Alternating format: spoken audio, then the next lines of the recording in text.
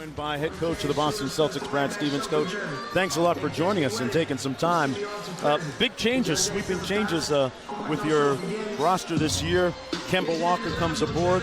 What have your early discussions been like with Kemba? Well, I haven't gotten a chance to talk to him much. Obviously, he came into town, and I've talked to him briefly there, and I've texted with him, and we'll get together next week. But obviously we're excited. As much as we've had sweeping changes, we still have a very solid core of guys back, and then to add, obviously some of the additions we've had, but certainly a player of Kemba's caliber is exciting, and we're ready to get to work, and it should be a fun group.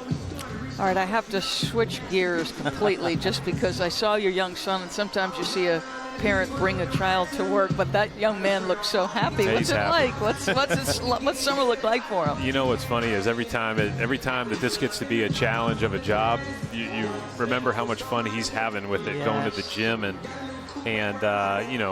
we just get a chance to go so many cool places together, and he's come to now 6 straight summer leagues, and it is his favorite week of the year. That's awesome. Somehow he loves Vegas when it's 110 degrees outside. He's asleep. We flew in today, so he's getting a little tired. We always talk about it. How's Brady's AAU season going so far? It's over. It's over? It's over. No wonder you look so happy. So that's pretty good, too. That's right.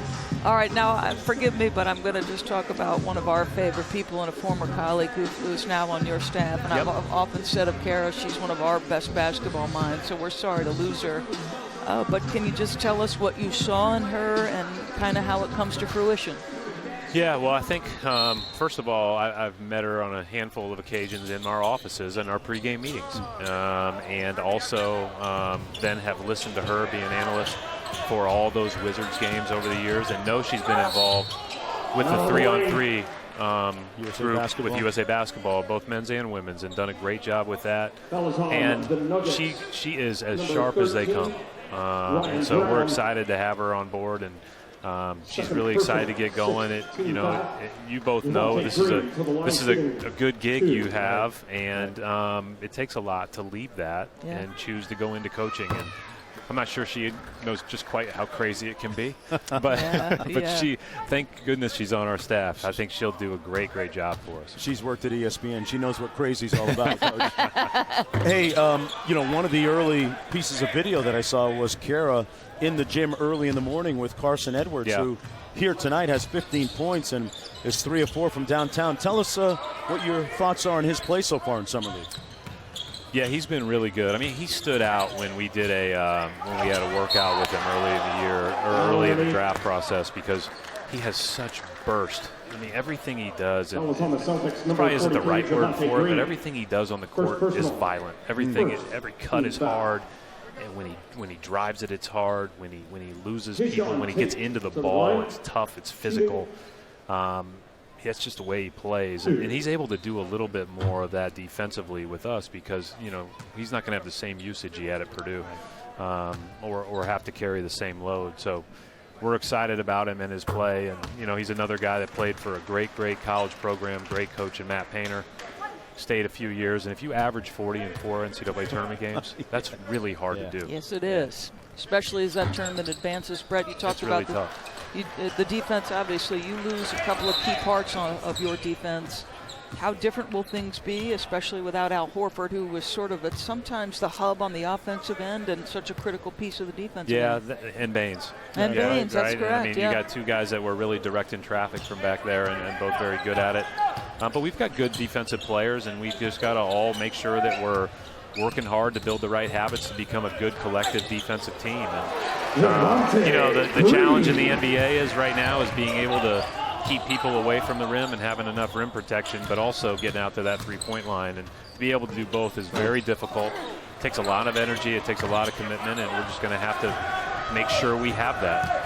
Coach, usually it's the year after the comeback year from a catastrophic injury like the one that Gordon suffered. Have you been in communication with him, and what kind of leap do you expect to make him to make this year? Yeah, he stayed in Boston, so he's been in there all summer. He'll go on the weekends. He works 5 days a week in the mornings. See him almost every day. The only chance you get at not seeing him is if you get to work late, because he goes really early in the morning. So he's put in good work, and he's a really good player who's hungry to have a good season. And he's definitely putting in the work to do that. The beauty was, even through all the struggles a year ago, to me, he was a guy you wanted to play with because he seemed to want to do the right thing with the ball. Just Taco Fall, I mean, he's such an interesting young man. He seems of great character and personality. The league has trended smaller, but you guys are giving him a good look. Is there a place in the league, whether it's with you or not, does he have enough? Doris, every time they come off a pick and roll, it feels like he's there. Yeah. You know, he does, like, and you've seen that in the last few games. I think he's, first of all, I think he's a good basketball player, but I can't tell you how impressed I've been with his humility and self-awareness. And just, you know, everybody is staring at him when he walks in the building. I mean, we walked in and all the ESPN cameras are all just running right to him. Right. And he's not even a drafted guy. But he just has a tremendous way about him. He's a really enjoyable person to talk to. I couldn't say enough good things about him as a kid. And, you know, I hope that he gets a chance to continue to be a kid and enjoy this process. Hey, tell us about two of your young wings, Tatum and Brown. Yep. Have you had a chance to check in with them, and what do you expect out of them? I've seen both of them quite a bit in Boston as well. Jason's been there the last few weeks for the most part, and in and out a little bit, but Jalen as well.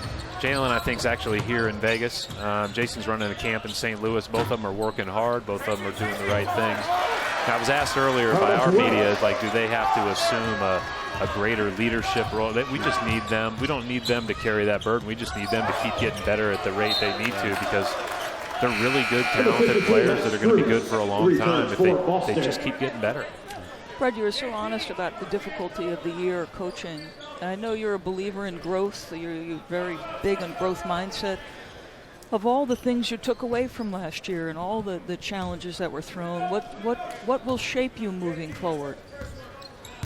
You know, that's a good question. Every year at the end of the season, I go through the same process. This year was no different. I spend about a month right after the season going over it. And so it's fresh in your mind. You know, usually you just kind of want to get away. You get away for a day or two here or there, but that's it. I like to do that, and then I'll get away later. And it was a great exercise this year, just like it's been every other year. You know, it's funny, sometimes in your best years you just don't get asked these questions. Sure. And so I've gotten asked a little bit more this year. So this, you know, it was a group that had a bunch of well-intentioned guys, and we didn't fit great. And, you know, it's a great learning experience as we move forward. Everybody that's there, I'm looking forward to having back. Everybody that's not, we're wishing well, and I hope they have great careers as they continue. But we're looking forward to our group. I can't wait to see, obviously, the East. Philadelphia, Milwaukee return a lot, maybe make some key additions. Should be very competitive. There's a lot of good teams out there, and it's hard, you know, it's hard to tell right now who they all will be, right? Because you never know how teams are going to fit together and work together and everything else. But those teams you mentioned certainly are awfully talented. Coach, we talked about it before. Brady's here. This is better than sitting in a gym watching AAU and recruiting, though, right? I mean, Mark, this is like, I mean, this is fun. It's definitely better than recruiting. Coach, thanks a lot for joining us.